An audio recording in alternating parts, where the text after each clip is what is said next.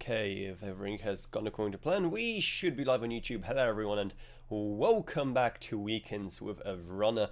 You know, I feel like the last couple of episodes were really depressing, and this one won't be much better, I gotta say, because I've been seeing the insane news coming out when it comes to standard pricing of the brand new graphics cards.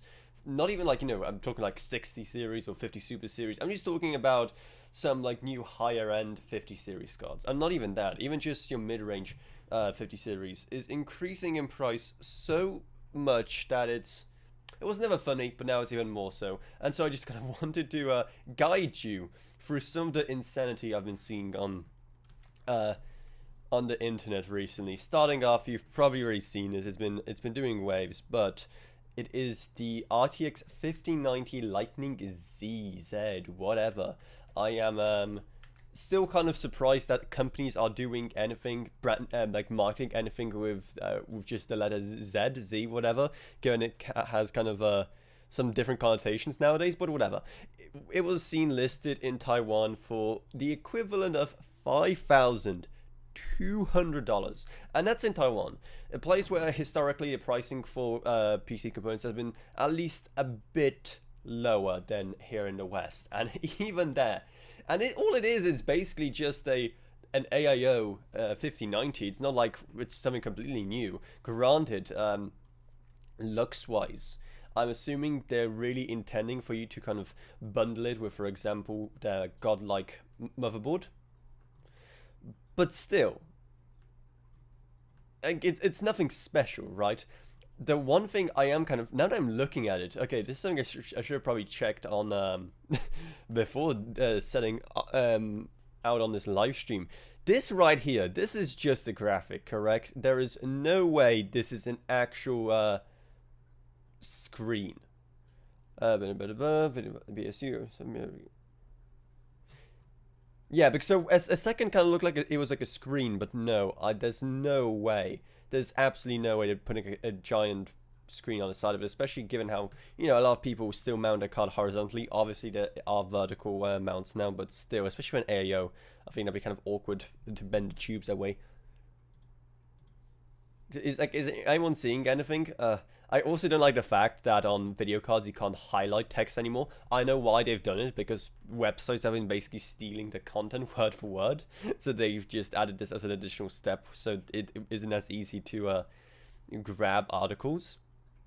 But yeah, I can't see anything about it, so I don't think it is a screen. I think it's just like a static graphic meant to kind of look like that.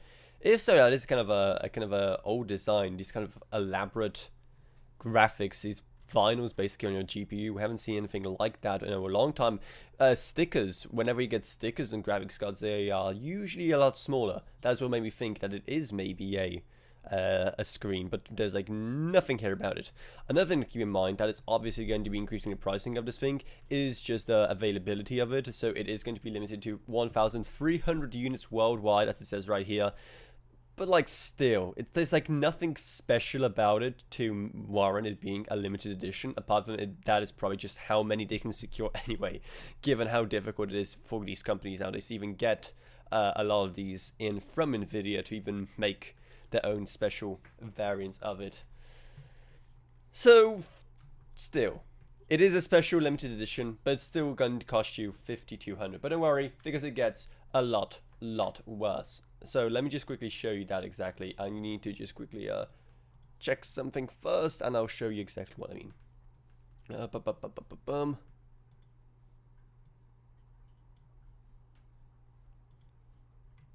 Okay, that's working. Cool. So here's the other one I've been looking at. The brand new version of the 5090D. If you don't know the D or the Dragon editions, basically nerfed cards for the Chinese market to basically deal with the various sanctions and embargoes on specific high-end graphics cards. So that's why they created a special version of 5090, the 5090D. They did it before as well. And this thing, right, again, we've seen this design from ROG before, and it's going to cost you a whopping $4,300. Just for a step down 5090, in fact. That is just... I really don't know. Again, it is a more of a limited edition. But here's the thing. These are just the listed prices. When you look at what's actually going on in the GPU market, you see that these are not that far off what regular non-limited edition cards will cost you nowadays. So here's what the market basically looks like. So if we go from RTX 5090, I'm gonna show you this in a second. So if we go for an RTX 5090, and if we just go with just cards, not systems, it's not that far off, right? It's not that far off what those special limited edition ones are, or what they said are these kind of, you know, ridiculous examples of pricing. That ridiculous example of pricing that's article worthy is not that far off what we're actually paying here already, because even just a Founders Edition, so no fireworks, no nothing, $4,200 right now. Do you remember when everyone laughed at how insane the pricing is at CES 2025? I was there in the audience. I will never forget the reaction of the crowd when those prices appeared on the screen behind Jensen. Just the reaction of the crowd then was priceless. And we thought it was crazy back then. Now, when it's literally double the price, I mean, I don't really even know what to say. And the worst part about all of that is now that you may find yourself in a position where you are going to be upgrading in this generation, whether you wanted to or not, given how it's going to be quite a bit longer. So obviously we're kind of expecting an RTX 60 series maybe later this year, next year, but nope, that's going to be 2028. RTX 50 Super series, which we thought, oh, maybe we'll get something about it at CES. Computex at the latest this year, nope. Push back to 2027 if that. Maybe if the 50 Super series has been permanently just canned because it's not worth it. So we find ourselves in a situation where you may have to upgrade this generation whether you like it or not, because it is going to be quite a few more years. So granted, when you look at it, I thought that this is going to be some super long generation, given how we're getting 60 series in 2028. But then when you look at it, it's not actually that far off the gap between the 40 series and the 50 series. Like, I was surprised myself to see that the gap isn't going to be as wide.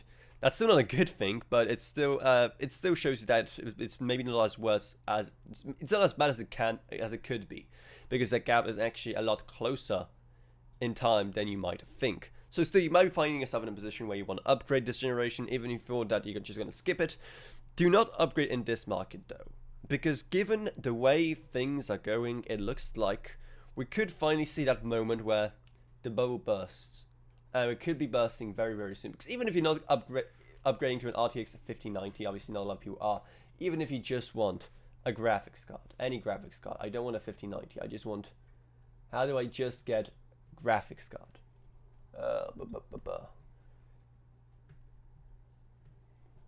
Hello, Newegg, can you please cooperate? Computer graphics cards. There we go. Even if you just want something more reasonable, the pricing is still all over the place, right? If you want to get yourself a 370 Ti, that's going to be around $1,000. So, if you are planning on upgrading, my advice right now is just wait until the bubble bursts, and we're going to see, obviously it's going to take a while for, like, say, new cards to come out as a result of it, but a flood of good pricing for second-hand cards, or even just first-hand cards that they weren't able to sell beforehand on eBay, on sites like that. Because even if you're looking elsewhere, not just on Newegg, you see that the pricing is insane, even for people who are just trying to capitalize on it. So if you just wait a bit longer, we're going to see a kind of sell-off, which we haven't seen since the crypto days, since the crypto bubble burst. And it's going to be the same.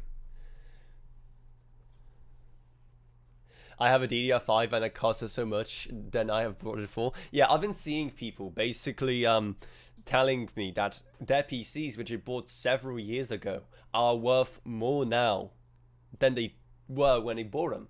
That's insane. That should not be happening. It's great for resale value, obviously, but for everyone else, not really. Especially if you're like me, I don't like selling. I keep pretty much all of my hardware. I don't sell any of my hardware, so it's especially bad. And so yeah, like you're saying, if you have DR5, I thankfully managed to I've been wanting to secure. I've been wanting to upgrade to 128 gigs. I wasn't able to before the Rampocalypse, so I was at least able to get to 64 gigs before then, so that's decent. But still, I was looking, completely hypothetically, what it would look like if I wanted to, right now in this market, upgrade my graphics card. So right now I am on a RTX 4080, more specifically the 4080 Waterforce WB from Aorus. I really love Gigabyte's block designs for that series of cards, the WB series, which, if you couldn't figure out, stands for water block. I really like the design, and I wanted to do it again, upgrading for a 5090. I was really kind of debating whether or not I would even get it, given how I thought, oh, maybe I'll just wait until the 60 series. Maybe then the 16-pin connector will stop melting. Maybe then we'll get full support back for older PhysX titles and whatnot. But given how it is going to 2028, I started thinking, okay, let's have a look. If I wanted to upgrade now, given how I'm going to have this card for another 2 years, what are my options? How much am I going to be paying right now? Are you ready for this? And this is like the cheapest one I could find. And there's like barely any in stock either. And I believe this may be the last one in stock here as well. If I wanted to upgrade right now, it is going to cost me a whopping £4,200. And even if I wanted to spread out, got a Klarna for 36 months, that is over £110 a month for 3 years. That is about like what, 4-5 times as much as I pay monthly for my phone. It's insane. It's actually insane. So I'm really curious that once things do pop, how long is it going to take for pricing like this to adjust? And that is going to be very, very interesting and something that I'm going to be following very closely. I know a lot of you guys are going to be following this very closely because right now it's not the market to do it. But there are just so many indicators, many indicators that it could be bursting soon. And obviously I probably shouldn't be as giddy about it. Investment-wise, the amount invested in the AI space, the amount invested in this bubble is several times that was invested into the .com bubble. So when it is going to be burst, the consequences for the economy are going to be dire. Jobs are going to be lost.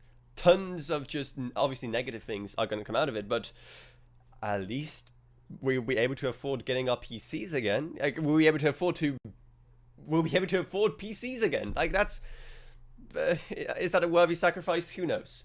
Who knows? We're getting into some weird territories there. Welcome people joining in now. You could buy an entire 1080p setup with 64 gigs RAM. Yeah, it's... so for people asking, what do we do here? So basically, Weekends with Avrona is a weekly show happening on the weekends, as the name implies. It's basically a kind of a variety thing. Sometimes we do news, sometimes we do interviews, and like collabs kind of thing. A couple of months ago, we did one with Dr. Ian Cuttress, the big tech potato. So we had some really cool insider conversations with him. We did things like keyboard builds. We do kind of I try to also end every stream with some kind of show and tell, kind of basically a wrap up of what kind of reviews, unboxings, or other projects you could be seeing on this channel soon, so you'll be amongst the first to know. Basically, it's a bit of everything. And of course, also any kind of questions you guys can have on anything. I always like to doing a bit of a Q&A as well. So if you're always wondering why I'm kind of looking up there in a distance, that is because that's where I have my live chat, so I'm looking at that. So if you have any questions as well on literally anything, any kind of build advice or my opinions on anything, you can ask them there as well. You want to know if the RAM issue is solved here? Oh boy, let me show you. Let me show you what kind of pricing is. Normally on this channel, I do look at American websites. in a lot of my reviews, I kind of focus on American, I'm mostly Newegg and Amazon, but I'm going to be showing you what the pricing looks like right now in the UK. So this is what it looks like. 32 gigs, £320. Yay.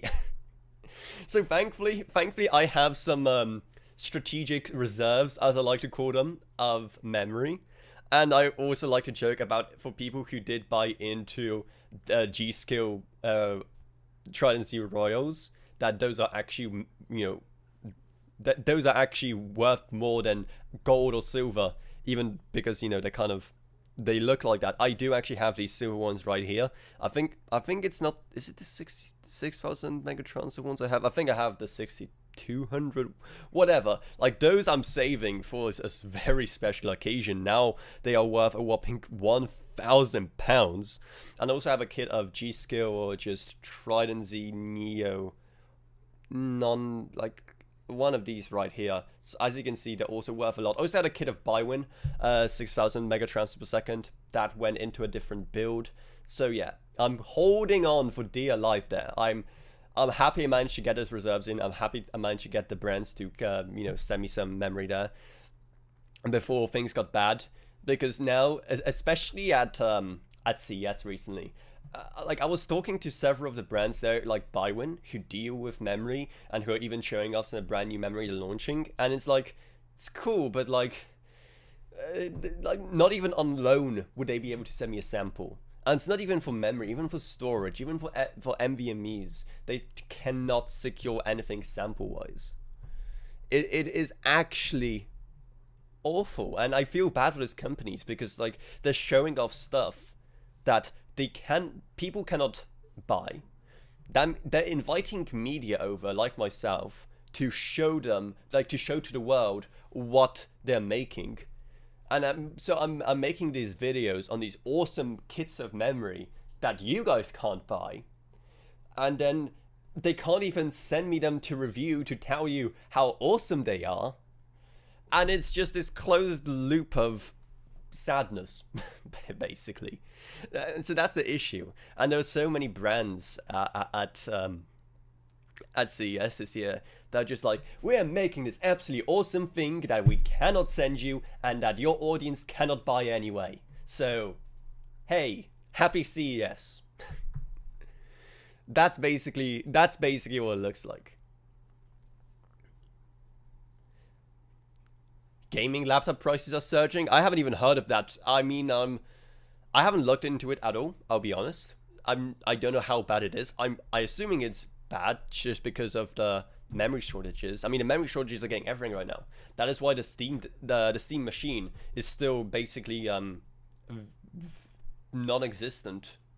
It's like, what's the equivalent of vaporware but for hardware? Just vapor hardware, I guess. I don't know. If someone has a better name, let me know in the chat. What's a good name for vaporware but for hardware?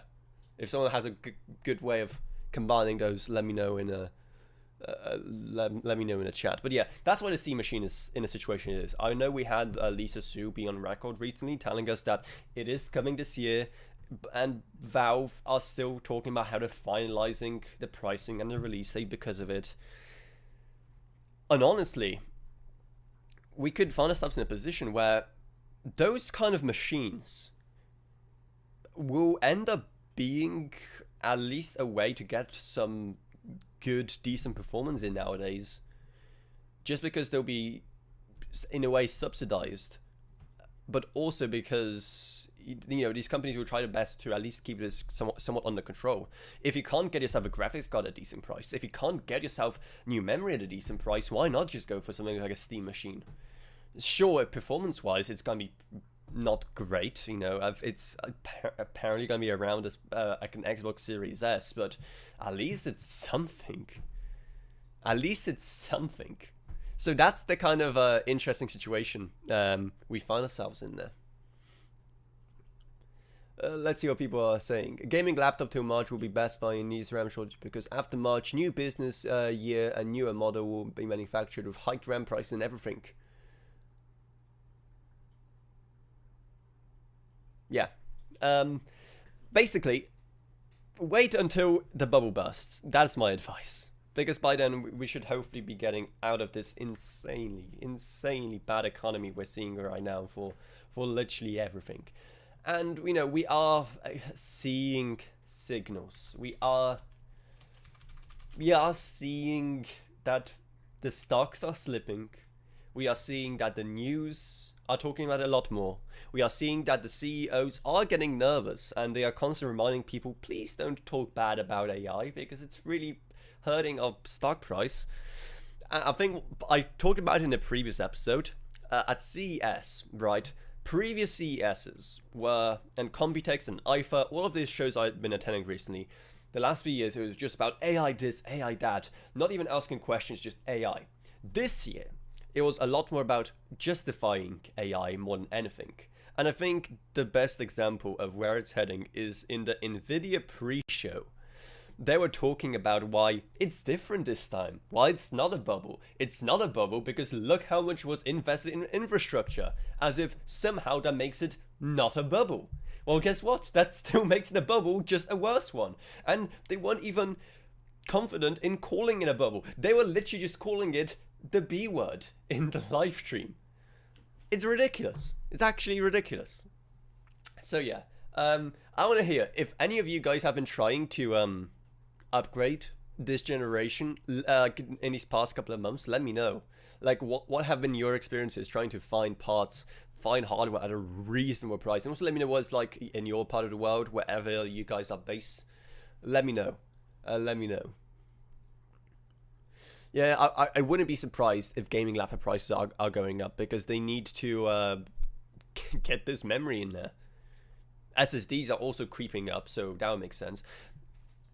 Mobile GPUs are kind of a different beast, so I wouldn't expect them to be as volatile in pricing as we've been seeing with desktop GPUs. So that's another thing.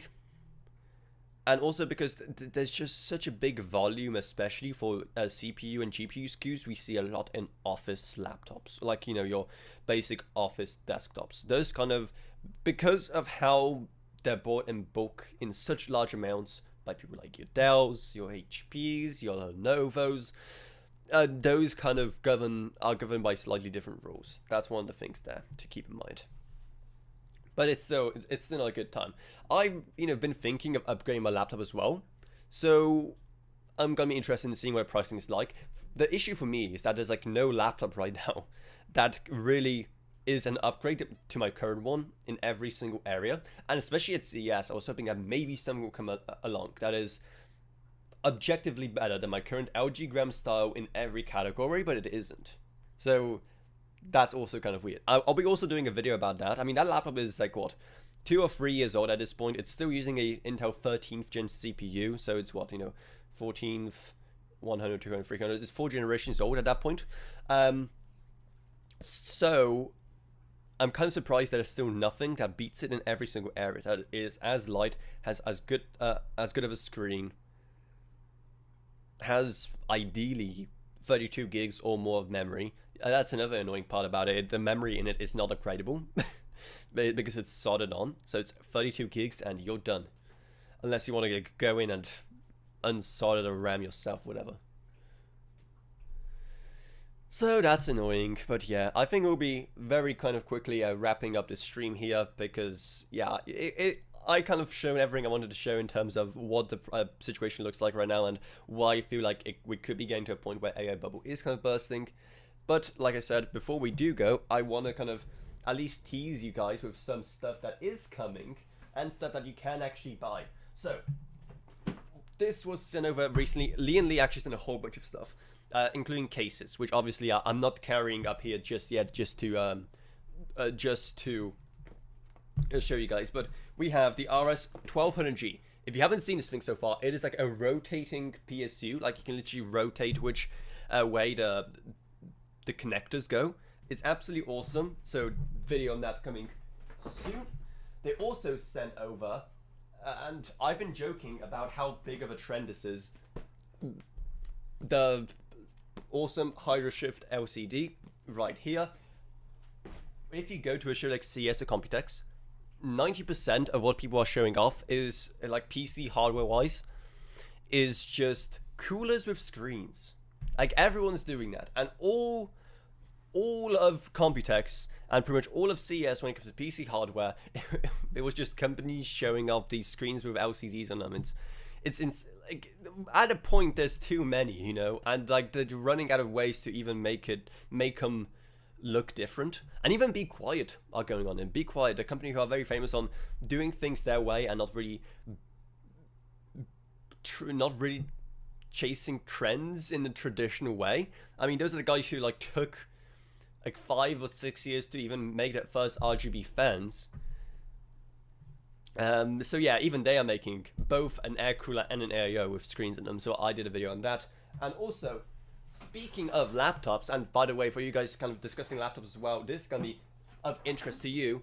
I've been working on my video on the Razer laptop cooling pad. If you wanted to know how much of a failure Brexit is, that thing has been stuck in the airport here in the UK for like 4 months because of some issues with customs. I could have literally driven to that airport and gotten it, but no, it was stuck for 4 months. I first saw this thing at CES 2025. By the time they managed to get it shipped from the office into Amsterdam, and then by the time it actually arrived, I'm only just now getting down to doing this project. And again, I first ordered it like I don't know, probably in March, like I think in March or April last year. It's when I asked for it from my contact at Razer. So yeah, it is really cool though. If you guys are interested in laptops and gaming laptops, I very much recommend a video as well. And that is about it. Let's see what else people are saying. If you already have a decent enough machine which can survive 1 to 2 years, then wait, and you can going to buy first machine, then buy it now, new or second hand, your choice. Yeah, I mean, decent advice. I'd say give it a couple more, even weeks. I'd say we can maybe see some very big shifts in pricing there. The annoying thing, and you know, the thing I talked about earlier in this episode is, I wasn't planning on upgrading anything this generation, especially not the graphics card. I thought that my 4080 is plenty, but now that I'm seeing how long this generation is, I'm really starting to reconsider. Like, do I want to be on a 4080 for 2 more years? Like, I'm not sure. It would be. And in general, today I've been really considering how my kind of pattern of when I upgrade has changed. I wasn't planning on showing this, but I was just bored, so I made this graphic today. So I'm gonna just quickly show it to you guys. Again, I haven't prepared it, so I'm gonna just quickly get it up here. So I made this graphic. And if I could just make it fit on a screen, that would be fantastic. Fit the screen. I made this graphic. You can't see me because, again, none of this was prepared. Can I? Okay. There you can. Okay, I'll just hide under here. So I made this basically just to kind of go back and reminiscent of like how frequently I've been upgrading and like to what. And so this is kind of what I had. And some other things I've been kind of crazy to realize is that if I don't upgrade and I went into 60 series, then I'm gonna have my 4080 for 5 years, which is kind of a long time. There's also the fact that I've had my 1080 Ti for a much longer time than I imagined, so that thing also served me an extremely long time then. But even that is gonna be now matched potentially with for how long I'm gonna have my 4080. And I still feel like I only just got my 4080 like yesterday, but no, it's been almost 3 years. Time is scary indeed. So yeah, it is.